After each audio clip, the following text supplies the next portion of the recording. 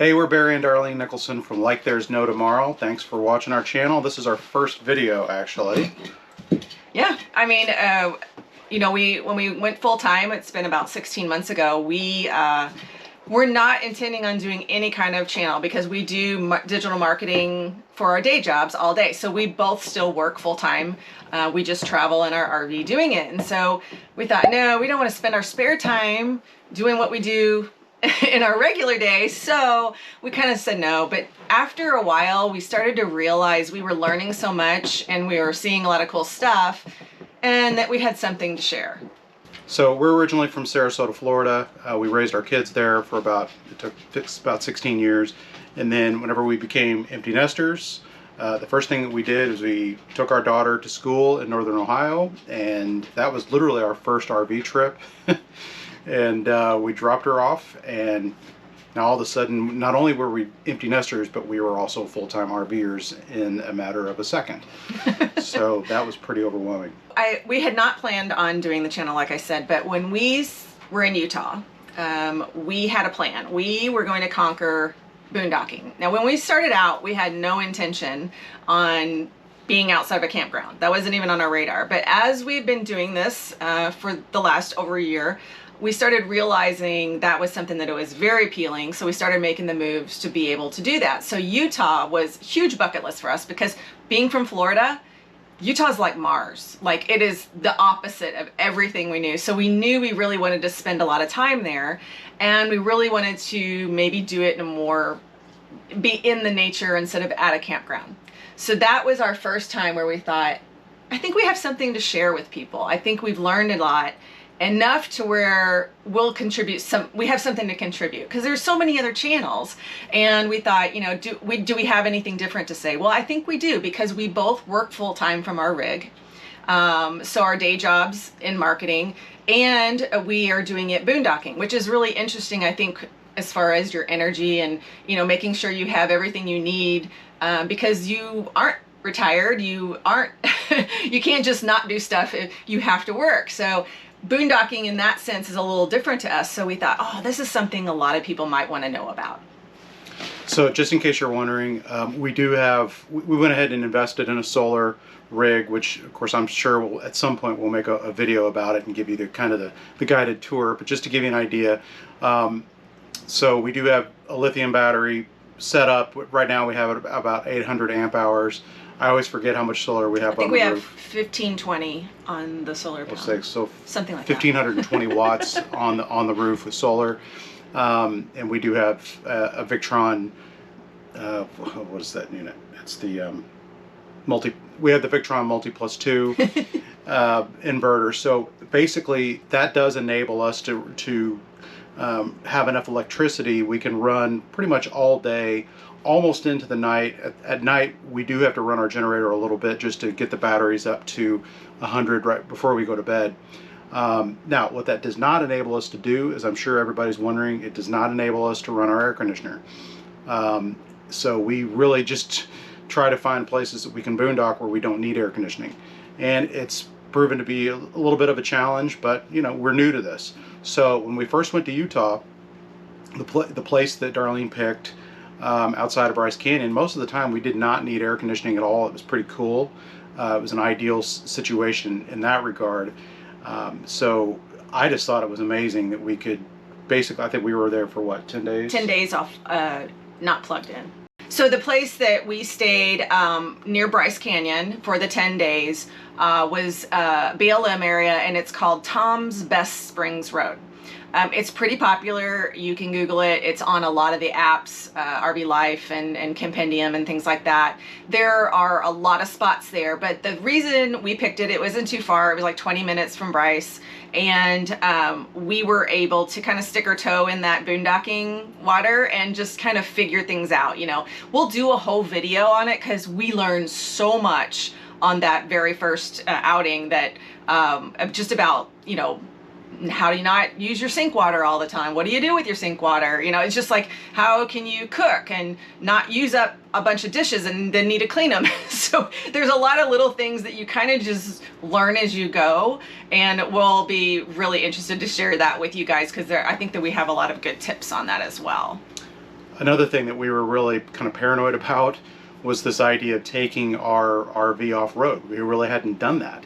You know, and just as we'll cover in future videos, we do have a 44-foot toy hauler. It's an Alliance Valor, and we also have a dually. We have a Ford 350, F350.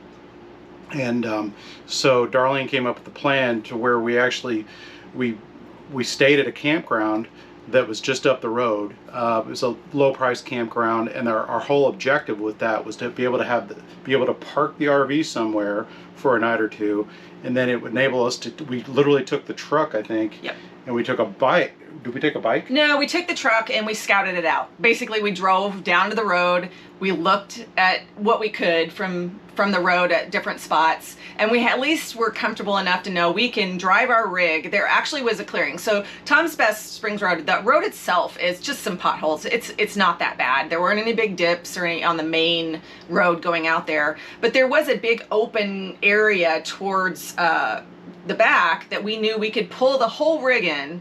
And then what we did is we took one of our bikes off of it, and then Barry went down the offshoot roads on the bike to see if we could maybe get back away from the main road a little bit, have a little bit more privacy. And actually what we found is the place that we pulled into in the big clearing area was actually for our rig a good spot. So we just kind of angled ourselves to the back there. And honestly, there was a couple rigs there when we first got there, and then everybody left. And we had that whole area to ourselves, so it was really great. Yeah, what we found is that with boondocking even, and it's no different than other campgrounds, especially out west, that there's a lot of people, or sort of weekend warriors, that they'll have their side-by-sides or what have you, and they'll come out and they'll just, you know, they go for the weekend, they ride around, and then Monday morning comes around and they're gone. Yeah. So we had, I think it was maybe 4 RVs, and by Tuesday or so, most of them were gone. Like there was a point where we couldn't see anybody at all, and you know, it was a nice year. It was secluded. The weather was pretty cooperative most of the time we were there. We would ride our e-bikes. We have off-road e-bikes, so we rode those around, and it was a good, like I said, it was 20 minutes to Bryce, so it was a great location for us.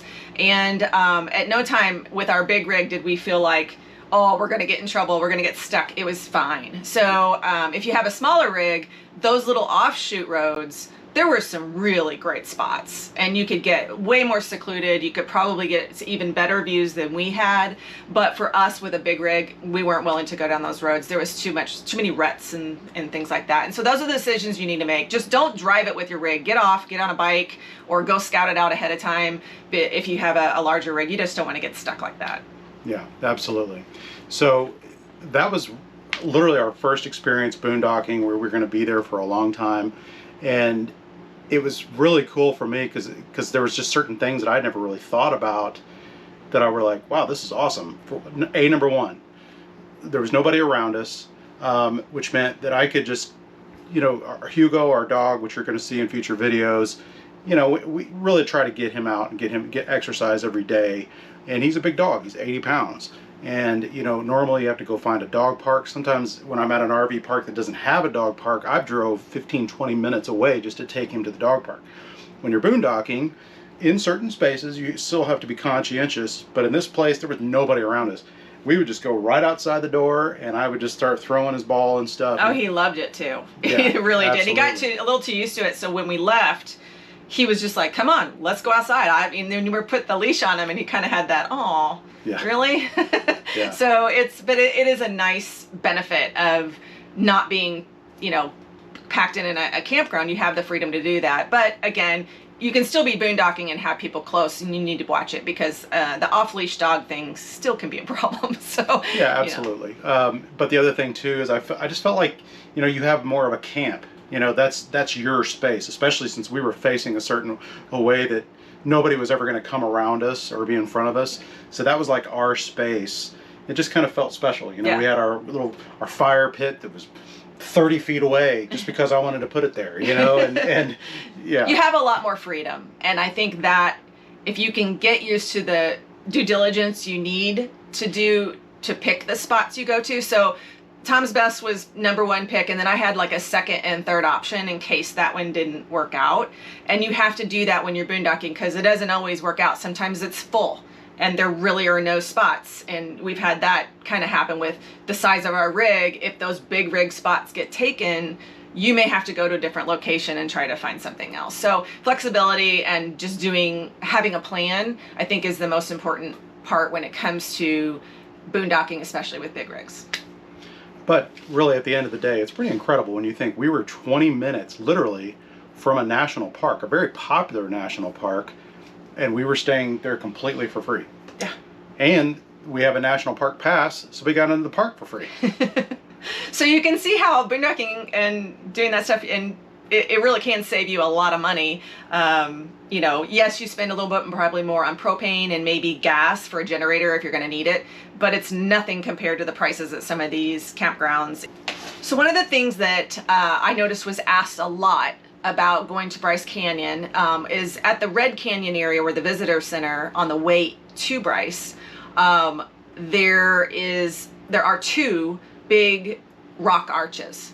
And it's kind of misleading because the arch sign says like 13.7 feet or something like that. And our rigs are taller than that. So I think a lot of people think, oh, I can't drive through that. And that is not the height of the arch.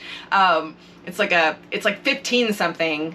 I think that's the lowest point. That's the lowest. So like where the arch kind of curves down on the sides, that probably is the 13.6 or whatever. But the middle and the top are way higher than that, because you can watch other rigs go through and there is a huge amount of space above them still. So, I mean, I think we did hug the middle line just to kind of... Absolutely. That's the only way to do it. Yeah. So just go through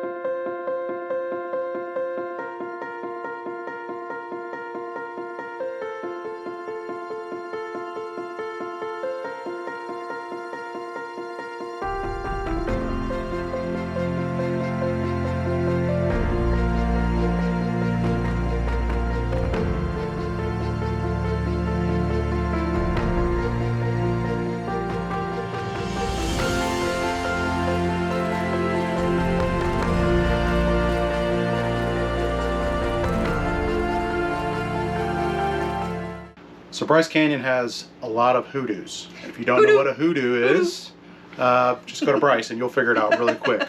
So they're basically these rock formations, or I almost think of them like big mud piles that go up into these interesting looking spires, and they're just they're everywhere. As far as the eye can see. Yeah.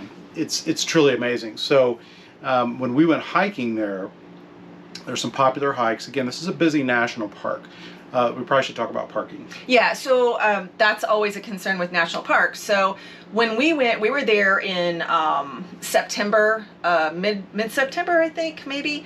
And it was not that crowded. We were able to, I think we did both of our hikes after work. So it's probably in the like 2 o'clock to 5 o'clock-ish area probably. And we were able to pull our truck right into the parking lot of the trailhead, and we had no problem. Another thing to keep in mind, that there are RV parks in Bryce Canyon, but most likely if you have a big rig, they're not going to fit. Another thing to keep in mind is that there are no dogs allowed, so we could not bring Not on the trails. I think you could have them in the campgrounds and stuff like that, obviously, but no, most national parks are like that anymore. No dogs on the trails. So we had to find something else, and we'll tell you about that too, because it's a great alternative.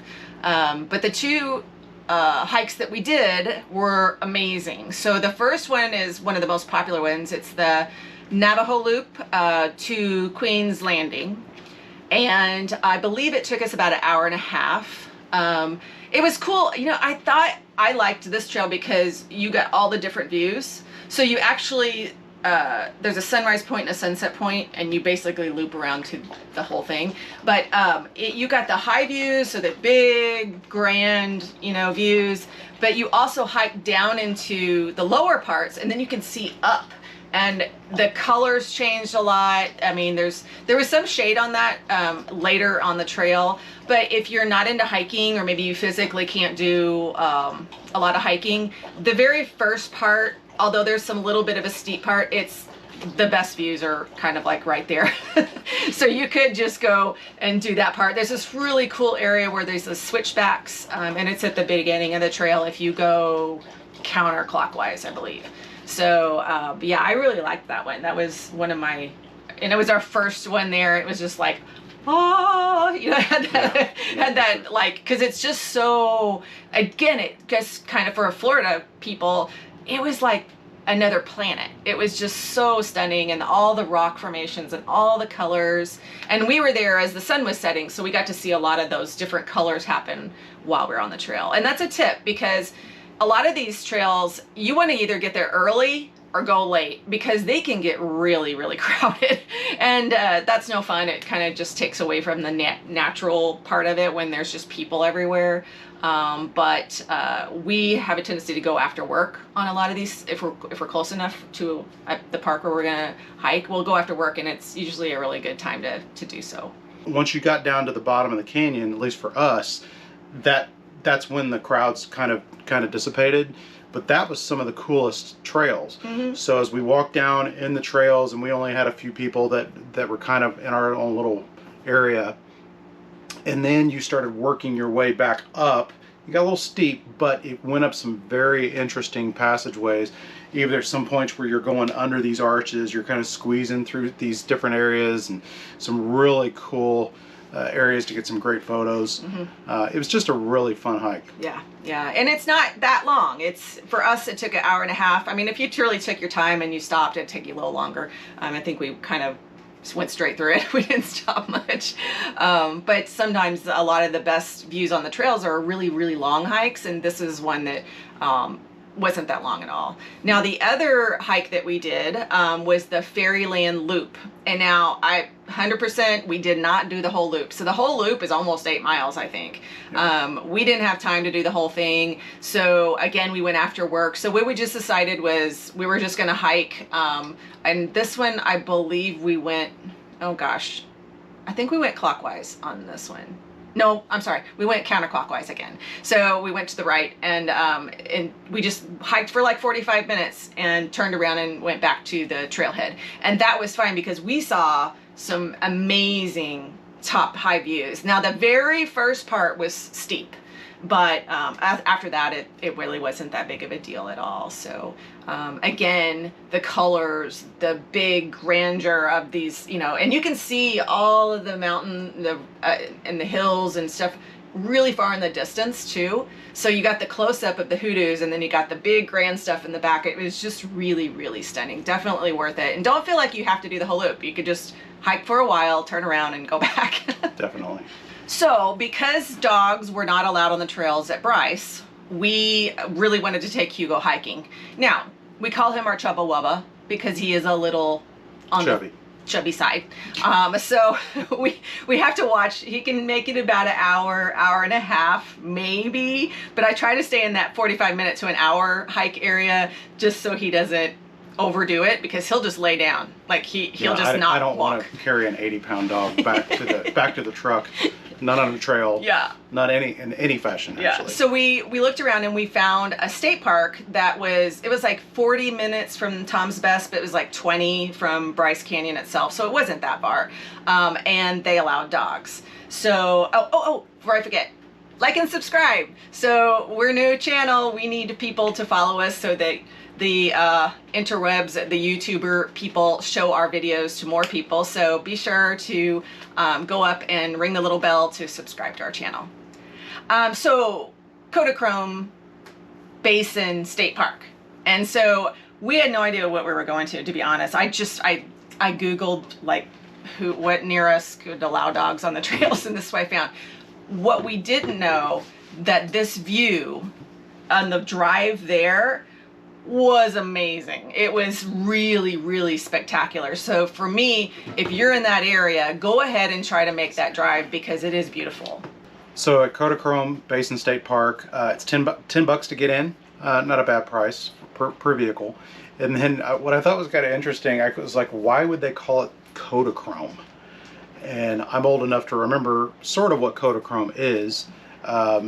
It's something that has to do with Kodak film. Well, apparently there were some photographers from Kodak, or that worked for Kodak back in the like 1950s or 1940s, around the time they made this a state park, and they were there anyway. So they referred to it. It reminded them of Kodachrome or something like that, because of all the colors and the rocks and everything. So. And the name stuck. And I thought, Yeah, Wow. 'cause I think it was called something else. I'll have to put it on the screen or something. But it was called something else, and then they changed it to the name Kodachrome Basin, which is kind of doesn't really roll off the tongue, but No, I get it. It's a dumb name. Let's just be frank about it. But it's an amazing place. So we were really impressed with how. Okay, so near the trailhead that we went on, the Panorama Trail with Hugo, and the parking was right there. It was ample parking, but there was also a little, I think it was a shower house with a bathroom and laundry at a state park, and it was nice. This is probably the nicest facility I've ever seen on a state park, so mark that down. And they do have campgrounds there. I don't think they have full hookups,